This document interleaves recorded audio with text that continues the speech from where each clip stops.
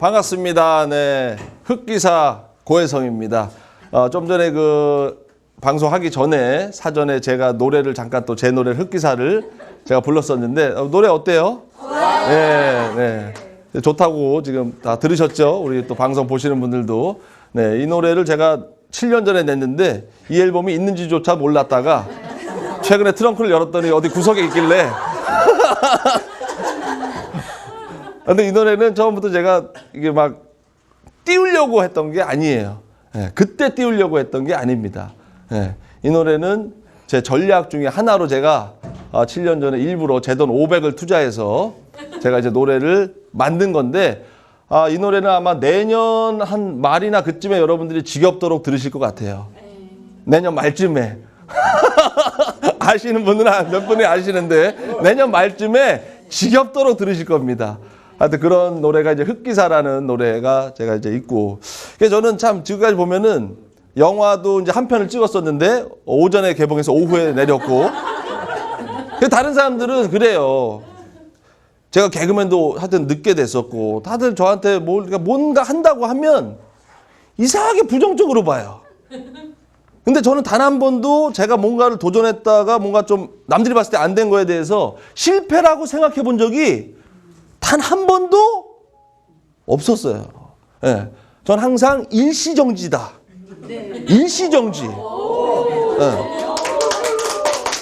잠깐 정지된 거예요. 근데 그걸 못 기다려 왜? 좀만 기다리면 다시 일시정지 다시 탁 손 떼면 어떻게 됩니까?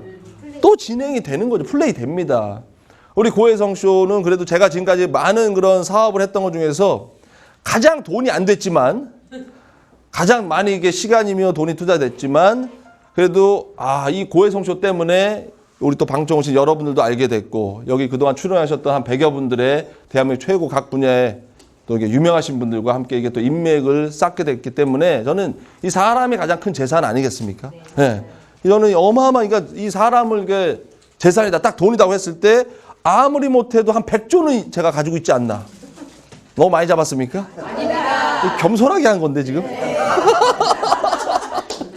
아니 그렇잖아요. 빌 게이츠가 90조잖아요. 빌 게이츠 같은 분이 10분이면 어떻게 되는 거예요? 네? 어쨌든 여러분들도 저처럼 남들이 아무리 무모하다고 하더라도 아무리 너 이렇게 왜 이렇게 맨날 실패만 하냐, 너 이렇게 안 풀리냐, 아무리 그런 부정적인 인식이 있더라도 저처럼 일시정지다.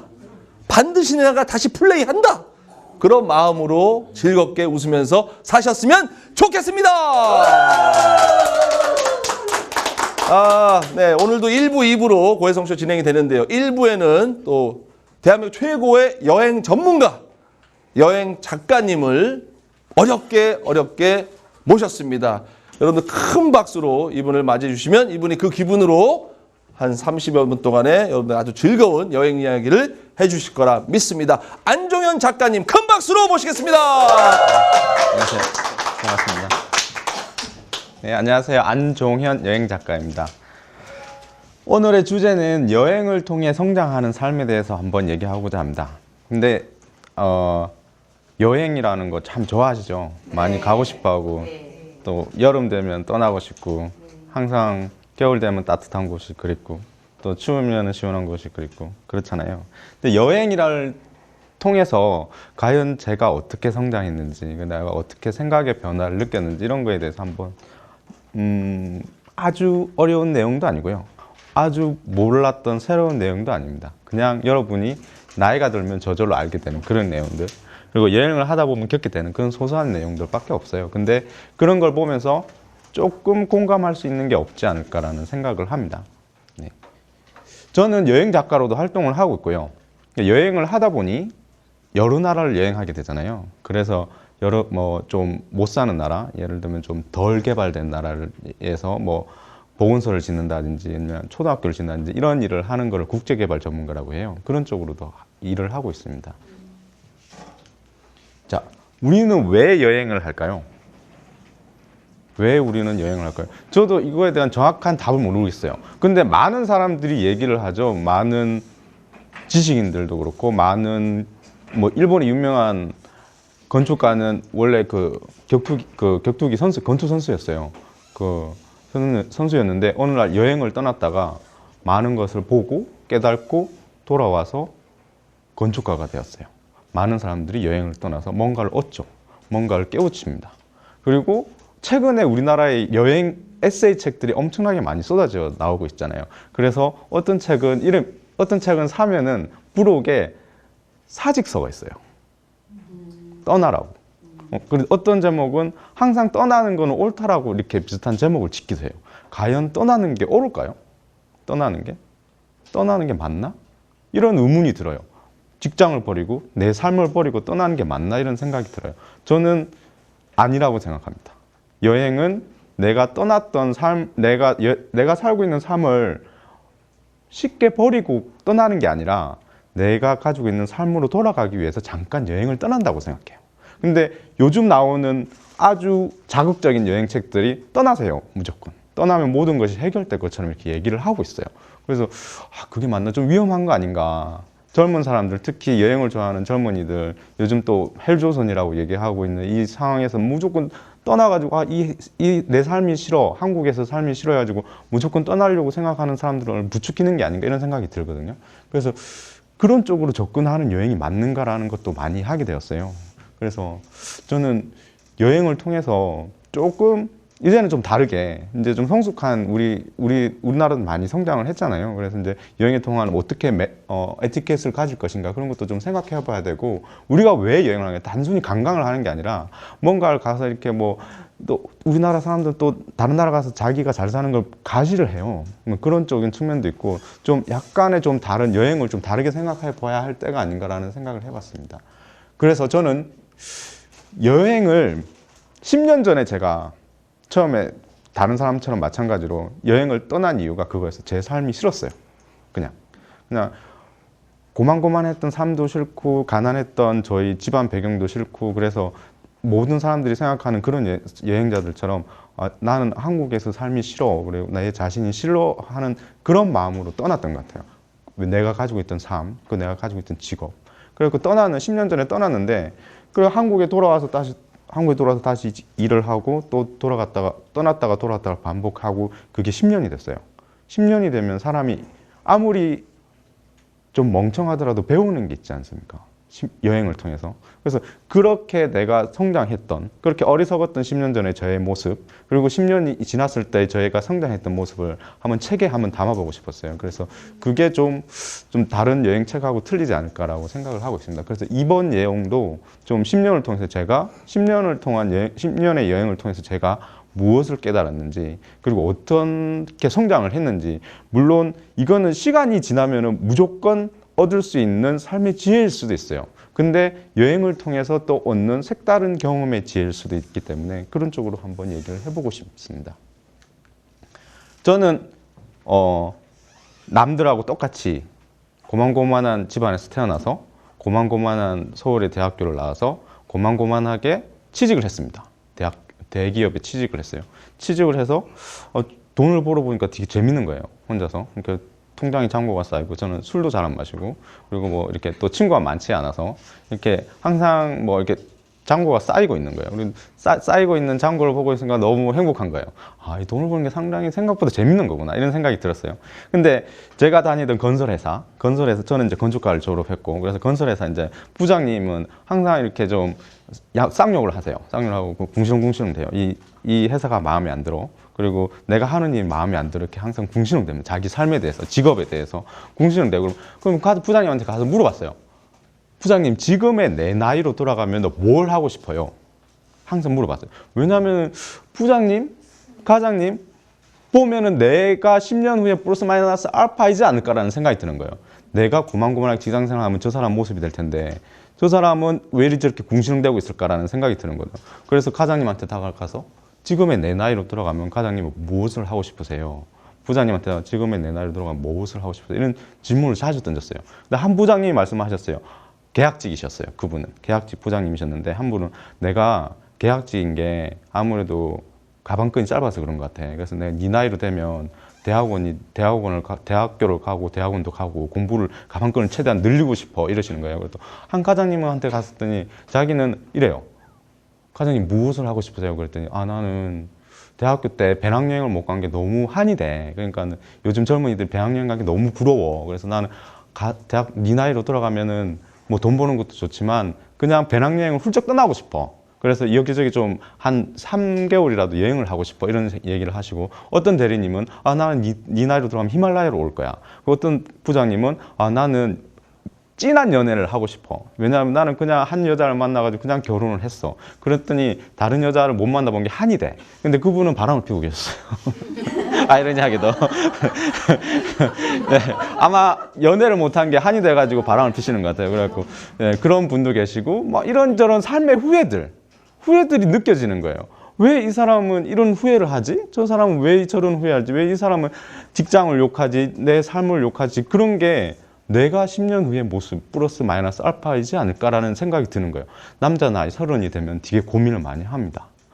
그 김광석의 30쯤의 노래를 듣고 울어요. 괜히 내 노래 같고 뭔가 이렇게 하루하루 지나가는 거. 근데 30 지나고 나면 아무것도 없거든요. 똑같거든요. 그때 깨닫는데 왠지 남자 나이 30이 되면 뭔가를 이루어야 될 것 같은 강박관념에 빠져요. 그때 제가 그랬어요. 그래서 부장님한테 가서 물어보고 과장님한테 물어보고 그랬던 거예요. 그랬더니 그 각자의 삶의 후회들이 너무 많은 거예요. 그래서 내가 30이 되기 전에 삶을 바꿀 수 있지 않을까라는 생각을 했던 거죠. 그 어린 마음에. 그래서 저는 말했습니다. 부장님한테 가서 부장님 공부하고 싶다고 그랬죠. 저는 석사를 공부를 하려고 하기 때문에 회사를 때려치우겠습니다. 그랬더니 너 미친 거 아니야? 그래서 과장님한테 가가지고 과장님 그 진한 연애 하고 싶다고 그랬죠. 저 진한 연애 하고 싶어서 퇴직을 하겠습니다. 너 미친 거 아니야? 미친 거 아니야? 그리고 그다음에 뭐 저는 히말라야로 오르겠습니다. 저는 정말 다시는 놀고 싶지 않을 정도로 놀고 싶어요. 그렇게 얘기했던 그대로 얘기를 해줬어요. 대부분 사람들이 너 미친 거 아니냐? 나라가 지금 이 지경인데, 경제가 이 지경인데 멀쩡한 직업이 있다는 거에 대해서 감사해야지. 너가 지금 떠날 때냐? 그리고 어떤 분은 이렇게 얘기하셨어요. 이게 제 퇴직의 결정적인 사유였어요. 생긴 거 보아하니 집안도 못 살 것 같은데 그냥 다니지 그래. 근데 이 얘기를 듣자마자 이 사람은 나를 설득하려고 하는 건가? 아니면 정을 떨어지게 만들려고 하는 건가? 이런 생각이 드는 거예요. 그런 것 때문에 진짜 이 회사는 다닐 만한 가치가 없겠구나 이래서 때려치웠습니다. 그래서 저는 여행도 가고 진한 여행도 하고 히말라야로 올랐어요. 그게 10년 전의 이야기예요. 자, 그 오몽길 씨도 제가 개인적으로 이렇게 프로젝트를 같이 한 적이 있는데요. 오몽길 씨가 히말라야 올라가지고 이번에 영화 나와서 많이 유명해지셨죠. 그분을 만나면은 저는 이런 생각을 해요. 저 사람은 정말 하나밖에 모르는 사람이구나. 어떻게 저렇게 많은 산을 올랐지? 근데 그 사람이 생각하는 거는 정말 단순합니다. 얘기를 해보면 자기한테는 오직 산밖에 없어요. 그래서 다른 걸 눈에 보이지가 않는데요. 제 느낌상 그 사람 얘기했을 때 안 보이는 것 같아요. 그래서 저희가 히말라야라는 산을 오를 때 이런 여러 가지 생각들을 하잖아요. 비행기 표는 얼마고, 휴가는 언제 낼 수 있고, 뭐 이렇게 내가 체력이 얼마고, 그리고 내가 갈 때 이제 뭐 이렇게 가이드를 어떻게 구하고 이런 걸 계산을 하잖아요. 그분은 고민을 안 해요. 그냥 산이 있으니까 올라간다는 생각밖에 없는 거예요. 왜냐하면 다른 목표가 정해지고 목표가 이미 정해진 상태에서 다른 걸 생각하면 방해가 되는 것 같아요. 우리 인생도 그런 것 같아요. 저희 인생도 그런 것 같아요. 그래서 제가 히말라야 직장을 때려치우고 아무한테도 얘기를 하지 않았어요. 네팔로 간다고. 근데 네팔로 딱 갔어요. 근데 히말라야로 오를 생각은 없었어요. 처음에 힘들 것 같아서. 근데 산을 보는 순간 너무 아름다운 거예요. 산이. 딱 보고 이렇게 뾰족한 산에 이렇게 만년설이 쌓여 있는데 이렇게 바람이 불어가지고 만년설이 이렇게 구름처럼 이렇게 지나가는 모습을 보고 제가 저 산을 올라야 되겠다 생각을 했어요. 그래서 오르는데 저는 돈이 없었습니다. 그때 대학원을 가기 위해서 그 학비를 마련한다고 그 직장에서 번 돈을 좀 저축을 해놓은 상태였고 여기 온 걸로 이렇게 마구자구 쓸 수가 없었어요. 그래서 다른 사람들은 이 베이스 캠프로 올라가려면 이게 한 4,300m 정도 되거든요. 4,300m 되는데 거기 올라가려면 가이드를 구해야 되고 일단 그 다음에 짐꾼을 구해야 돼요. 저는 두 사람 다 고용하지 않았어요. 그냥 혼자 갔어요. 가방 들고. 그렇다고 그 설산에 있는 그 아이젠이라든지 뭐 이렇게 좀 뭐 등산화라든지 이런 게 전혀 없었어요. 왜냐하면 등산하러 온 게 아니었거든요. 그냥 올라갔어요. 산에. 혼자. 한국 사람들은 보통 이렇게 한 4명이서 오면 한 10명을 고용해요.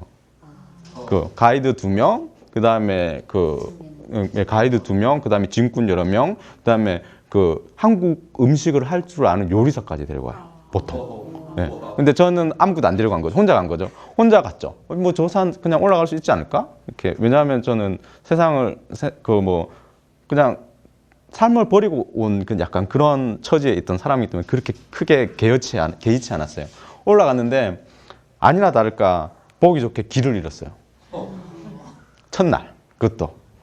왜냐하면 이제 어떻게 혼자 산을 갈 수 있을까요? 그랬더니 갔다 온 사람이 그런 거예요. 가다가 양갈래 길이 나타나면 그나마 깨끗한 길로 가세요. 거기가 사람이 많이 다닌 길이니까. 그래서 처음에는 쉬웠어요. 처음에는 이제 가다가 깨끗한 여기가 사람이 많이 다닌 길인 것 같아요. 그래서 그쪽 길로 갔어요. 다음에 갔어요. 그래서 이쪽 길이 깨끗한 거 이쪽 길로 갔어요. 근데 갈수록 사람의 인적이 드물어지잖아요. 나중에 가니까 이게 좀 애매해지는 거예요. 근데 이길까 이렇게 애매해져요.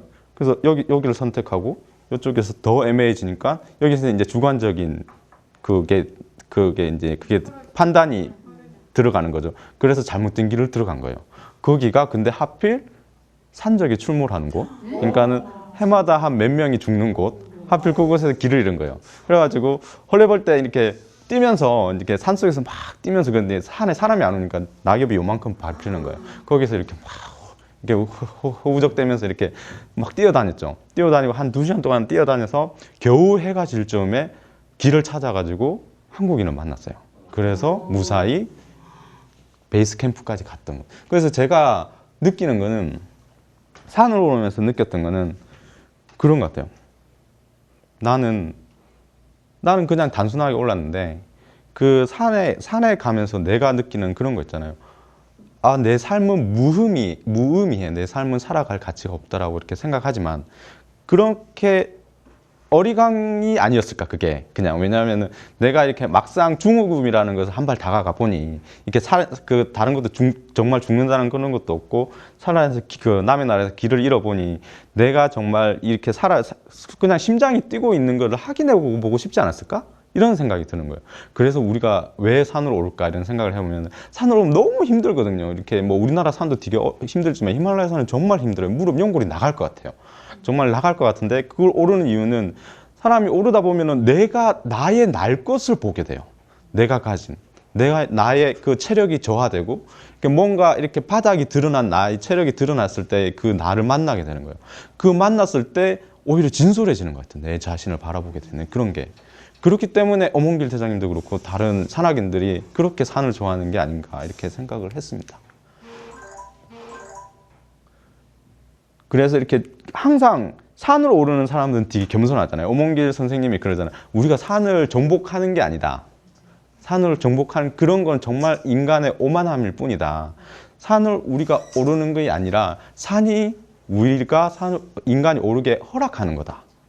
그렇게 말씀 들어보셨죠? 그런 말씀하신 게 그게 정말 그 어마어마하게 아름다운 산 그리고 그 힘들어진 인간 그 높은 그 산에서 앞에서 거대한 산맥 앞에서 그 초라한 인간의 모습을 당했을 때는 정말 자신의 인간의 나약함 자연의 거대함을 만나게 됩니다. 그래서 그 어몽길 대장님도 그런 말씀을 하신 것 같아요. 그랬을 때 그 순간순간의 그 고통을 넘기다 보면은 인간이 작아요. 되게 거대한 자연에 비하면. 그렇지만 그걸 넘기다 보면은 자기 자신을 믿게 돼요.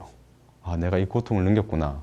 내가 이 한 고비를 넘겼구나. 이게 조금씩 쌓이다가 이제 자기가 목적했던 베이스 캠프에 도달하게 되고 내려오게 되잖아요. 그러면 조그만한 용기를 얻는 것 같아요. 그게 겸손한 용기라고 저는 표현했는데 책에다가. 그래서 그런 용기를 아이러니하게도 고통을 끊임없이 넘기다 보면 그런 그 용기를 얻게 되는 게 아닌가 이런 생각을 했습니다. 그래서 저는 가끔 이런 얘기를 해요. 소중하잖아요. 개개인이. 여기서 자기가 소중하지 않다고 생각하시는 분이 없잖아요. 그죠? 저도 제가 너무 소중한 거예요. 그래서 저는 너무 욕심이 많은 것 같아요. 근데 이런 얘기를 가끔씩 합니다. 너의 눈으로 제가 여기서 여러분을 보고 있는 것도 저의 눈을 통해서 여러분을 보고 있는 거잖아요. 제가 여기서 보고 있는 물병이며 이렇게 있는 공간이며 모든 게 저를 통해서 시선을 바라보고 있습니다. 그렇기 때문에 세상의 모든 것은 다 제가 너무 소중해요. 왜냐하면 나를 통해서 세상을 보고 있기 때문에 내가 세상의 중심이 되는 거죠. 근데 그 히말라야 산 속에서 앉아서 그 멀리 정말 반짝이는 그 야밤의 산을 그 풍경을 보고 있으면, 별이 쏟아지는 하늘을 보고 있으면 정말 우주에 금방 가서 닿을 것만 같은 그런 느낌이 들어요. 근데 이게 좀 유체 이탈 같지만 내 시선에서 벗어나서, 나의 관점에서 벗어나서 좀 한 5m 정도 나가서 나를 보고, 아니면 한 10m 떨어져서 나를 보고, 저 우주 밖에서 나를 봤을 때, 그리고 저 다른 거대한 행성에서 나를 봤을 때 나는 어떤 존재인가요?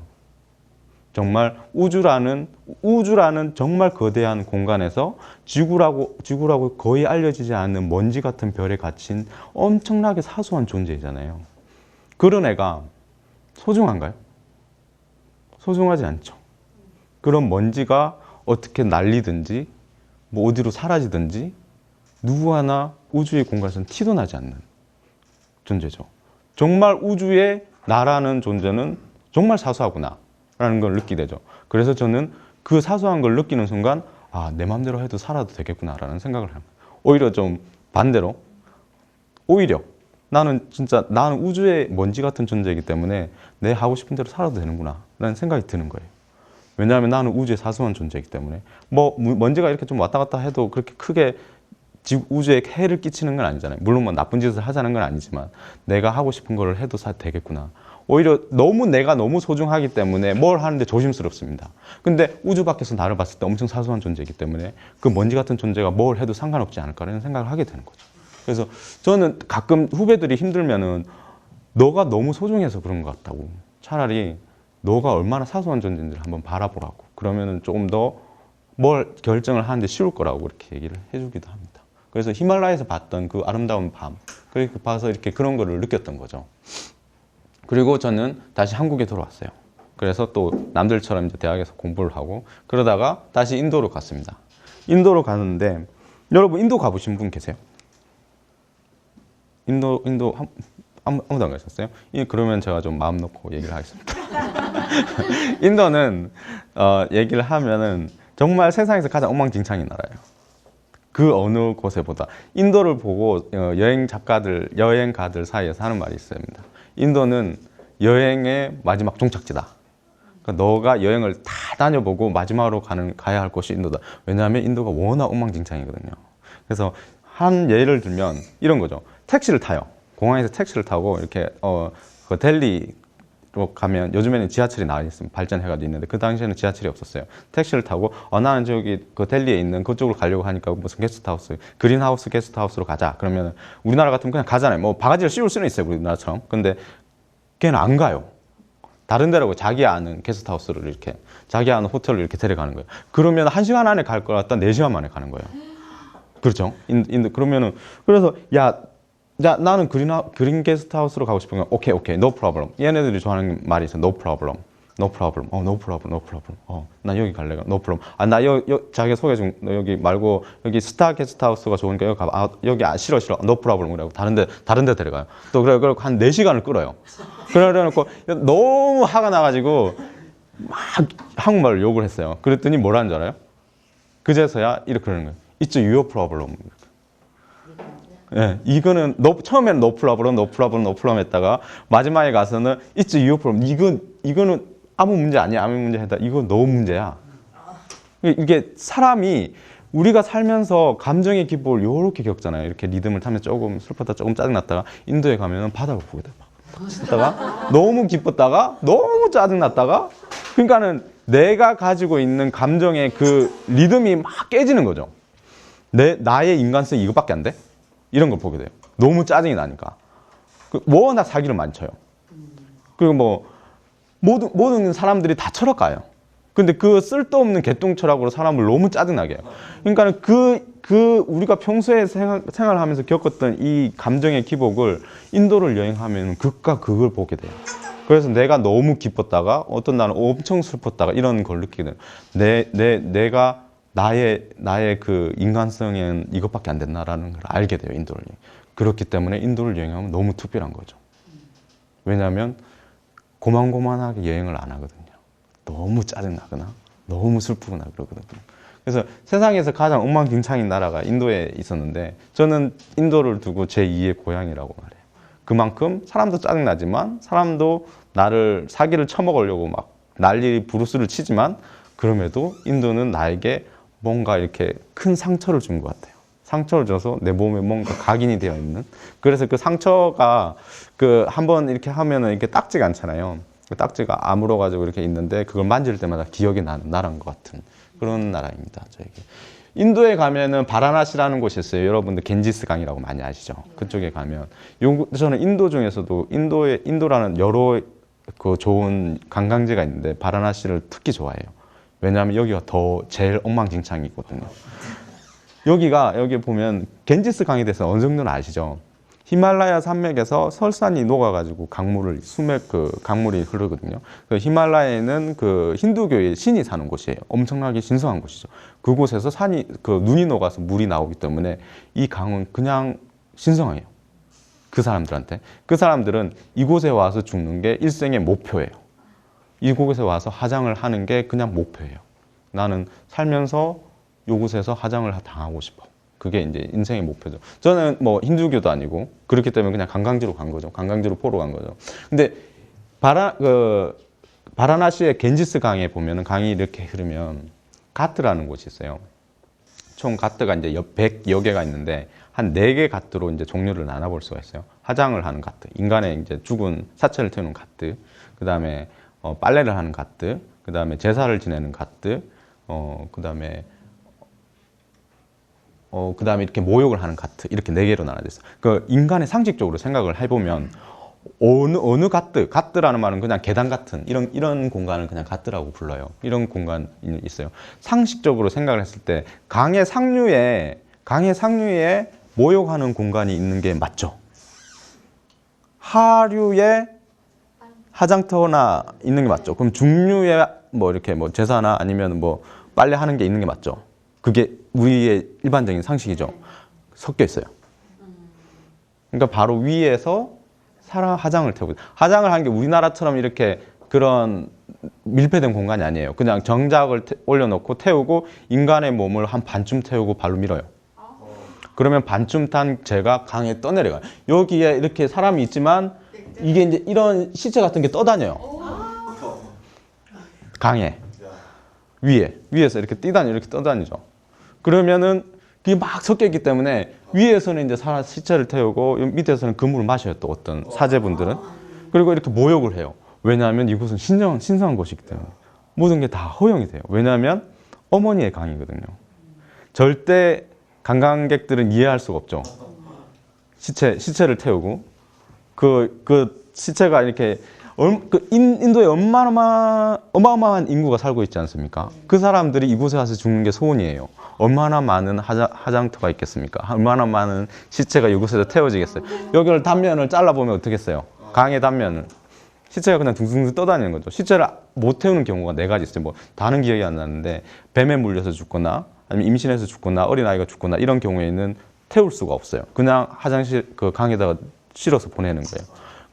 근데 그 실어 보낼 때 그 다리에다가 무거운 돌을 이렇게 매달아가지고 강에 이렇게 수장을 시키죠. 그러면은 강의 단면을 딱 잘라보면 여기서 이렇게 모욕을 하고 있죠. 여기서 이제 어떤 시체는 이렇게 돌에 매달려 이렇게 움직이지 못하고 이러고 있는 거죠. 그런 게 우리는 생각이 되죠. 근데 이 사람들은 신성해요. 그냥 이물은. 자기네들도 알아요. 이물이 엄청 더럽다는 거. 그냥 들어가면 피부병에 걸린다는 걸 알아요. 근데 가요. 신성하기 때문에.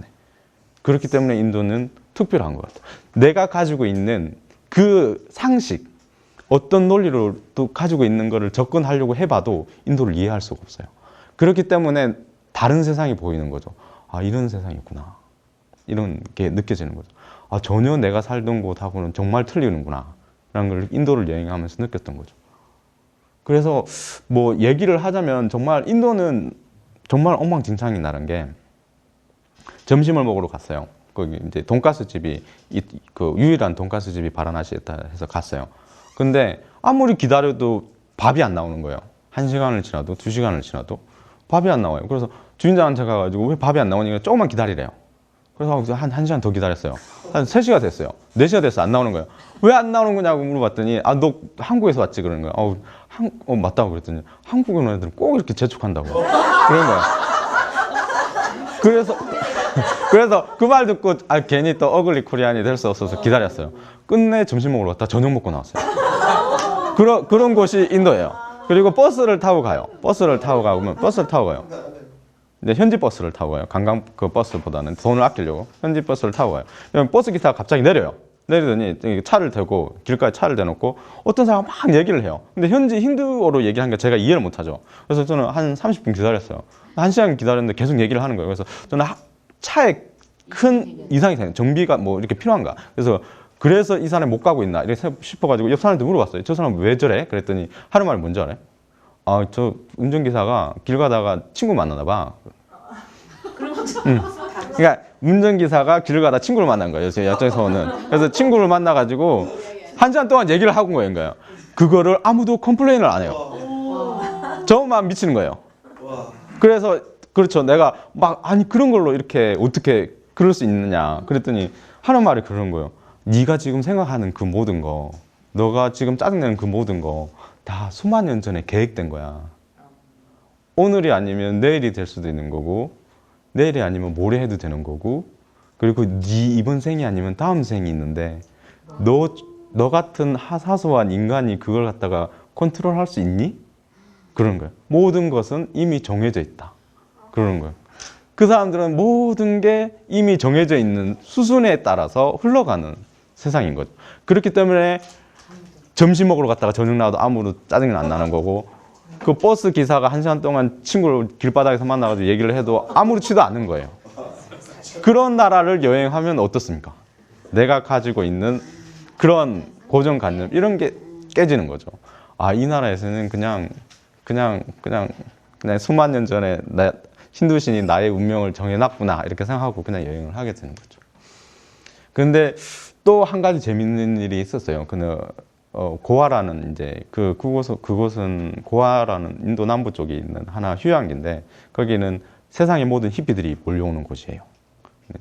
히피가 옛날에 활동했던 사람들이잖아요. 그 사람들이 다 늙었어요. 할아버지 할머니가 돼가지고 이제 늙은 히피들이 이곳에 마지막 남은 히피들의 천국이라 해서 이제 고아로 몰려오는데 한 네덜란드 정원사가 만났어요. 이쪽에서 만나서 그런 이제 뭐 이런저런 얘기를 하다가 걔가 이제 파티에 초대를 해줬어요. 저를 파티에 초대를 해줬는데 저는 이제 담배를 안 피거든요. 담배를 안 피는데 그 친구가 이제 뭐 이렇게 밤늦게 이렇게 흥겨운 음악 소리에 이렇게 취해가지고 술도 마시고 이렇게 하는데 이렇게 담배를 피는데 이상하게 뚱빙둘러 앉아서 담배를 피더라고요. 그래서 이렇게 한가비로 꼭 펴요. 그래서 저는 담배를 안 피니까 당연히 이렇게 동그라미 앉아 있다가 피다가 저는 이렇게 점프하고 이렇게 피다 점프하고 그러더니 그게 알고 보니까 대마초였던 거예요.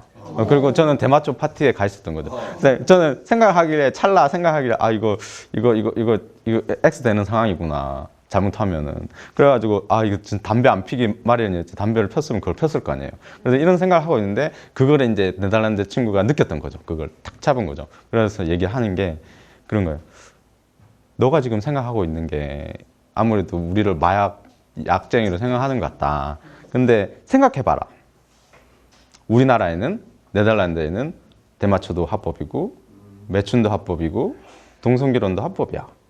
근데 너네 나라는 대마초도 불법이고 매춘도 불법이고 동성결혼도 불법이지. 왜 틀려? 왜? 그러는 거예요. 맞잖아요. 왜 틀리죠? 가치관의 차이가 아닐까요? 한 나라에서는 네덜란드에서는 지극히 정상적인 일들이 왜 우리나라로 오면 불법이 되든 그거는 그냥 가치관의 차이인 것 같아요.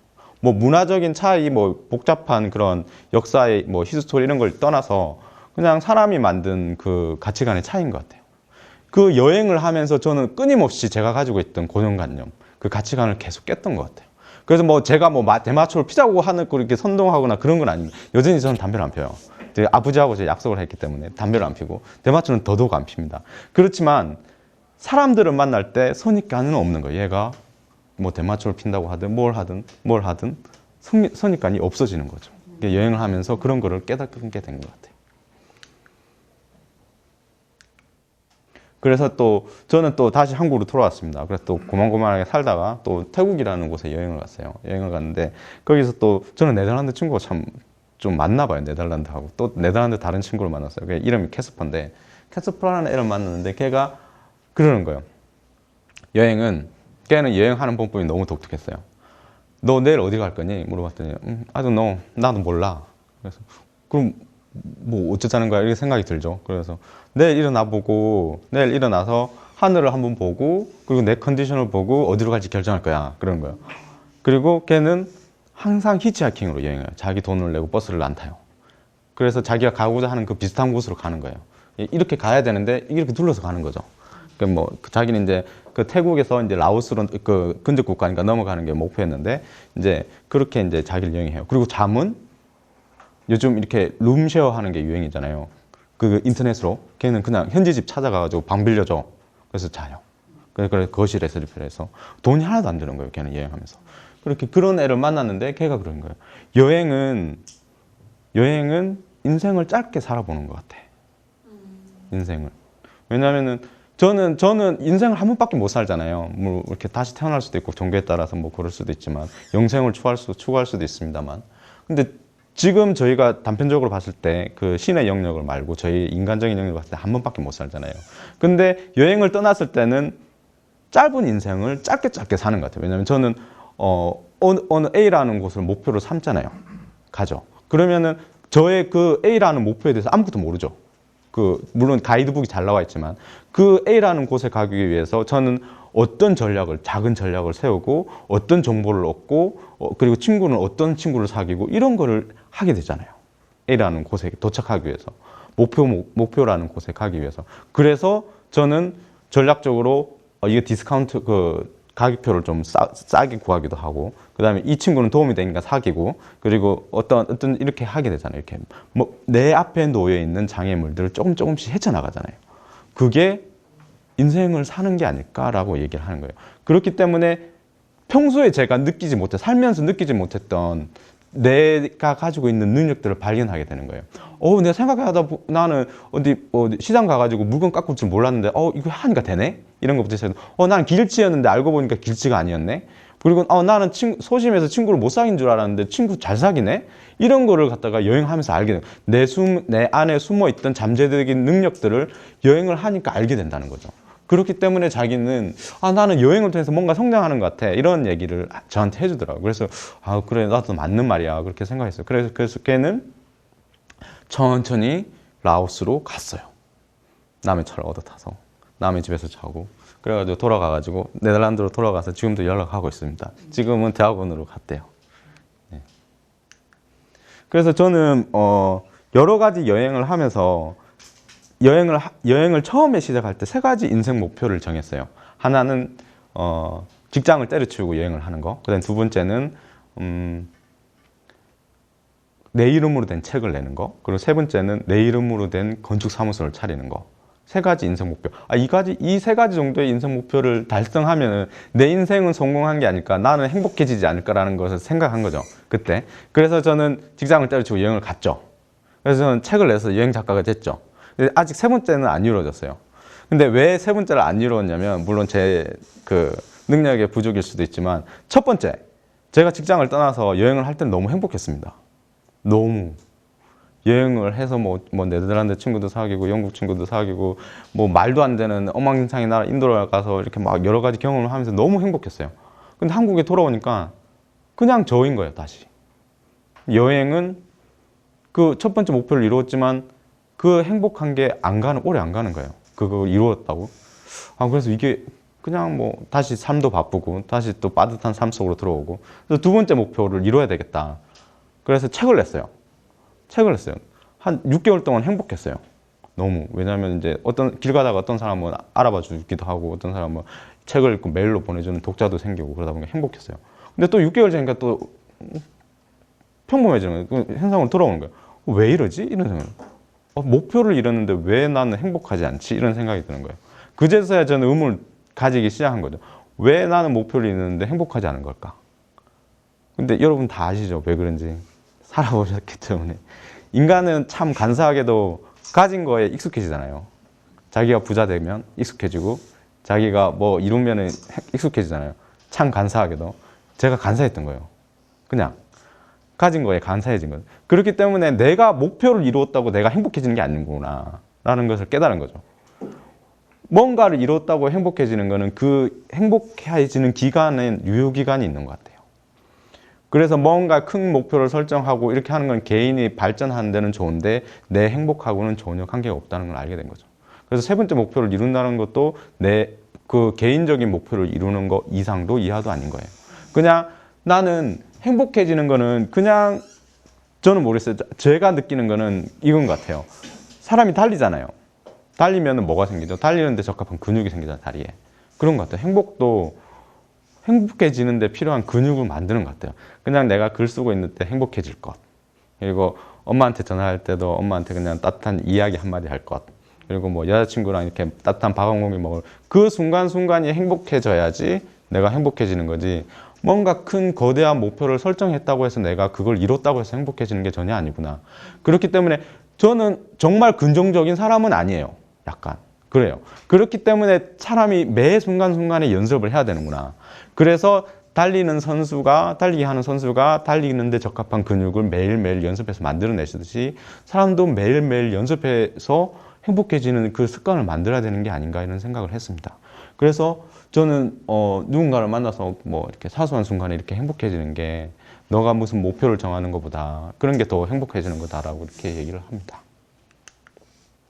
그래서 제가 10년 전에 생각했던 그 어마어마한 그 걱정거리들, 화가 났던 것들, 그 직장을 다닐 때 그 저희 부장님이 이랬어요. 제가 너무 성격이 급하고 화를 잘 내는 약간 그런 성격이었거든요. 지금은 좀 약간 좀 차분해졌지만 그 당시에는 좀 젊은 혈기에 그랬습니다. 일하다가 뭐가 잘 안 풀리면은 괜히 지 성격 못 이겨가지고 막 이렇게 돌차고 막 그런 애들 있잖아요. 그런 성격이었어요. 그랬는데 그 부장님이 하는 말이 그랬던 거예요. 자네한테 필요한 거는 뭐 그 다른 게 아니라 시간이라고. 시간. 자네는 그냥 시간이 필요할 뿐이야. 이렇게 얘기를 해줘요. 그분을 제가 존경하지 않았어요. 그분은 좀 제가 일을 하면서 되게 답답하게 생각했던 사람이었는데 지나가 보니 그 말이 맞는 거예요. 그 당시에 내가 왜 짜증났는지 지금 기억도 안 나요. 그 당시에 내가 왜 슬펐는지, 내가 왜 절망했는지, 왜 행복했는지 기억도 안 나요. 모든 게 시간이 약이라는 말.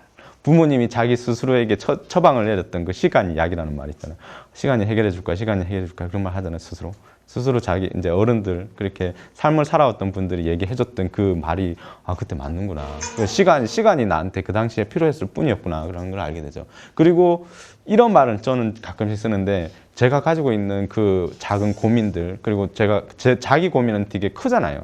남들 고민 들을 때보다. 그래서 그거는 그냥 주머니 속에 작은 돌인 것 같아요. 주머니 속에 손을 넣을 때마다 걸리적거리잖아요. 작은 돌이. 그거 그냥 꺼내서 버리면 되는 걸. 나는 왜 항상 주머니 속에 넣고 다녔을까? 라는 걸 10년이 지나서 이렇게 느끼는 것 같아요. 그래서 여행을 하면서 막 어마어마하게 그런 엄청난 그런 철학자가 되지는 않았어요. 사상가가 되지는 않았어요. 근데 제가 느낀 거는 이거예요.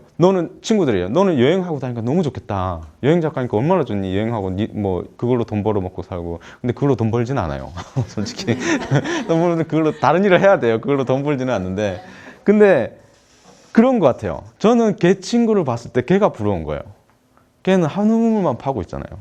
자기 직장에.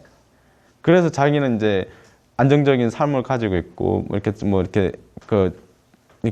그런 삶을 자기 나름대로 삶을 살고 있는 거죠. 걔가 나를 봤을 때는 또 내가 부러운 거고, 내가 걔를 봤을 때는 부러운 거죠. 그래서 뭔가를 선택할 때 저는 그 친구 만나면 그런 거죠. 나는 너가 더 대단한 것 같아. 어떻게 그렇게 재미없는 일을 그렇게 10년 넘게 하고 있냐. 그게 저는 걔가 봤을 때 더 대단한 거죠. 그래서 인생은 그냥 반쪽짜리야. 너가 무슨가를 선택을 하든 하나를 잡으면은 하나를 잃는 거야.